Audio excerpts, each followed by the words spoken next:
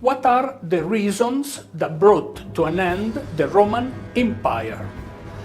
When we consider the Roman Empire, we have to analyze its length of time and the importance that it has represented for the modern world, for what we know nowadays, for our current culture, and for our way of life.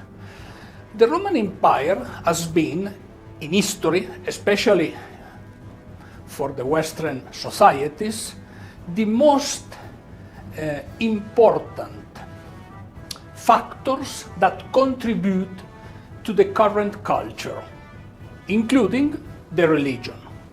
So, when we talk about the Roman Empire, it began in the year 76 and it ended in the year 1453, but it was divided in two. The Western one, in two parts, the Western one and the Eastern one. The Western one ended in the year 476. The Eastern one lasted almost 1,000 years more. So, what had been the real reasons that brought this great empire to an end?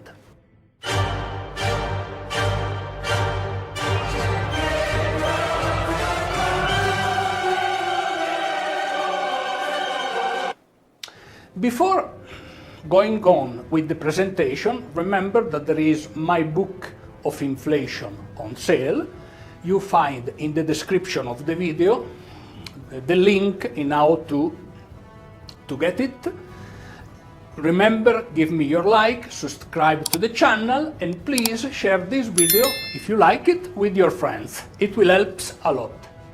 But returning to the Roman Empire, it has been extremely important for the way we are living nowadays.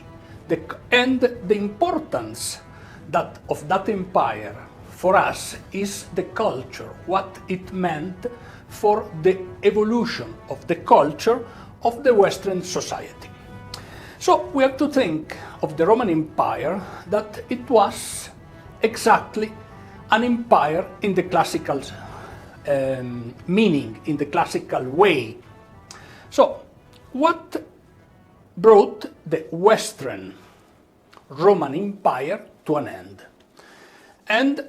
But before analyzing the reasons that brought the empire to an end, we have to think about culturally what it meant. But first of all, it was a classical, as I said, empire. Romans were conquering territories, and as all colonialistic powers, they were quite brutal. Roman discovered that the best way to create the empire as we know it was incorporating the cultures of the different people and the different areas that were conquered. For example, the beliefs, the religion, the cosmogony of the different culture. The Romans usually arrived, for example, they arrived in Greece, and they said, okay, you have the pantheon, you have all these gods, perfect. They took all the gods, usually they were taking other gods, and they were absorbing other gods in their religions. So in Rome, usually there were new temples with new gods, and the new gods were the cosmogony of the people that were conquered around the known world. Even the Egyptian, when the Roman went to Egypt, they incorporated the cosmogony, or what we know nowadays with the Egyptian mythology in part, no? So it was the best way for Roman to build and to construct their empire. So they were able to absorb the culture and to transform it, incorporating it, adding with their own, and transforming it little by little, and at the same time exporting their culture to the new territories that were conquered. It's very interesting, maybe we will make some reflection also about the Norse mythology and about, for example, the Celtic mythology.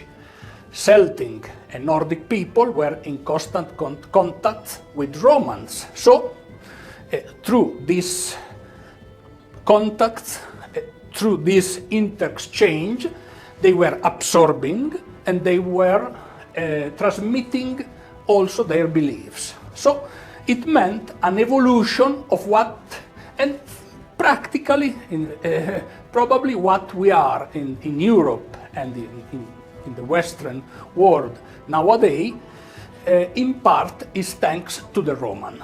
But what are the reasons that brought the Roman Empire to an end? Usually you have an end of an empire or of an absolute monarchy or another form of government.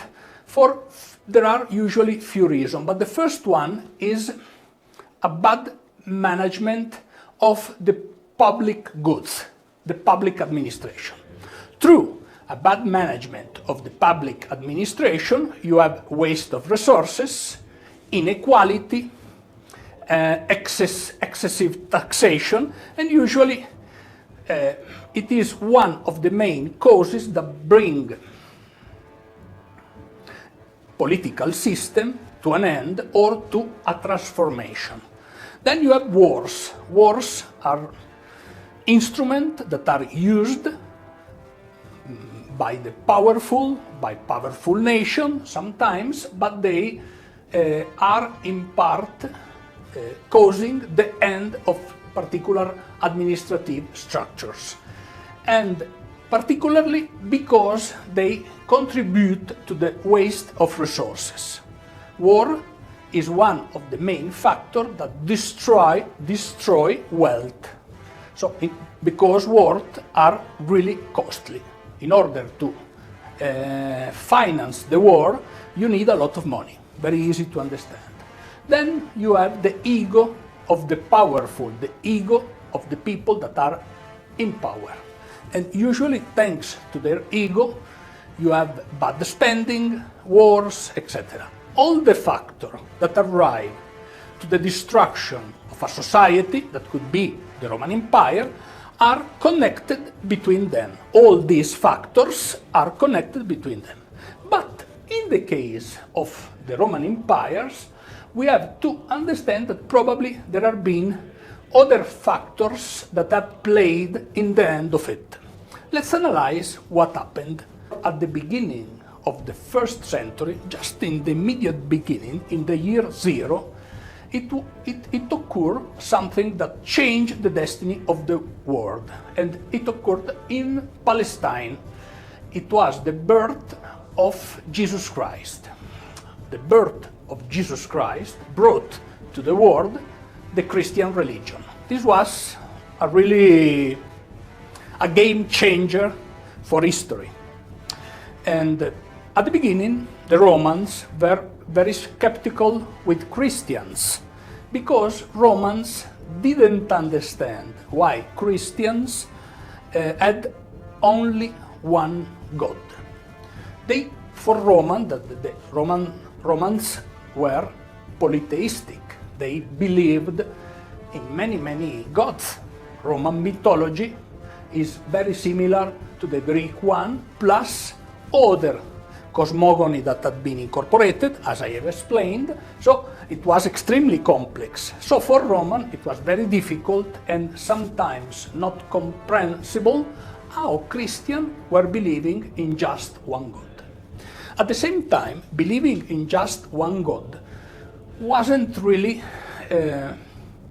the best decision for Roman, also because it would have competed with the emperor. So it's different to have tens of God and to have only one. It's very different. If you have only one, the one is much more powerful.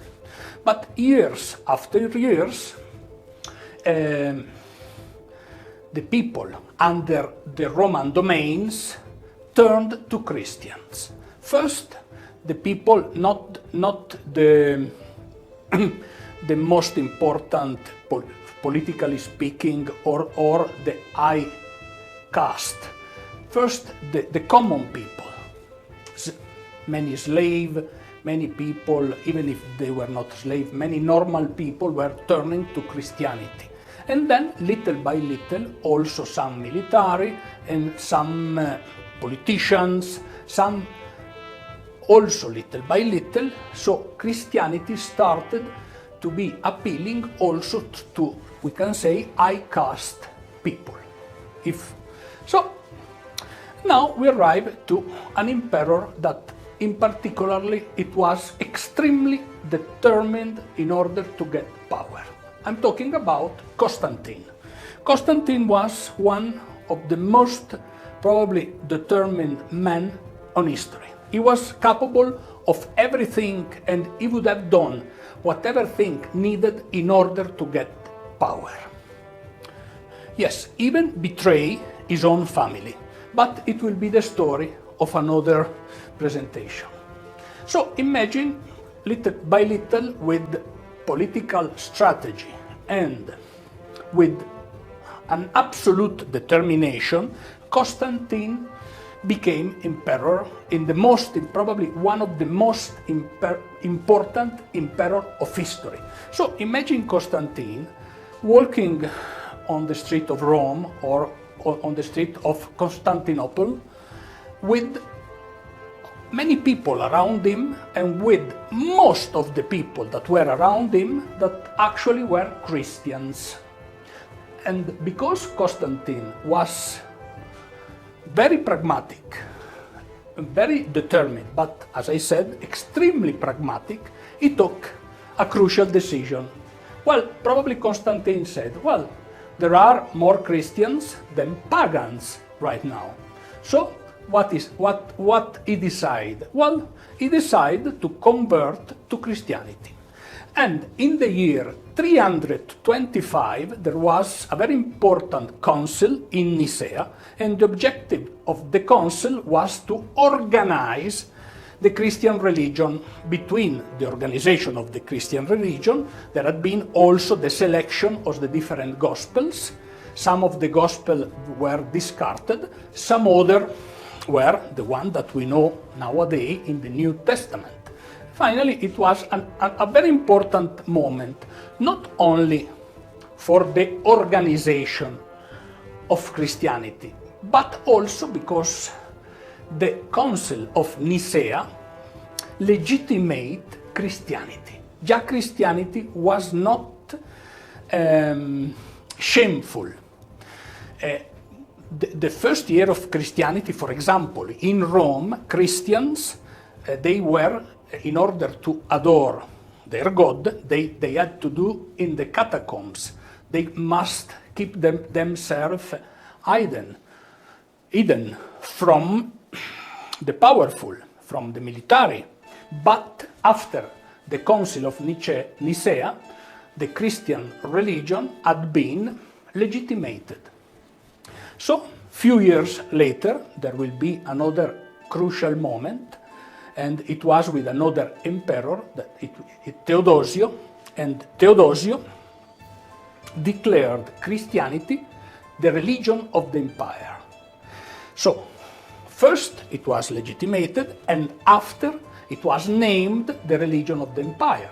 You can imagine that when you have the Christianity, a monotheistic God, as a religion of the empires, automatically all pagans' beliefs, they were not accepted. So it started the pagan persecution.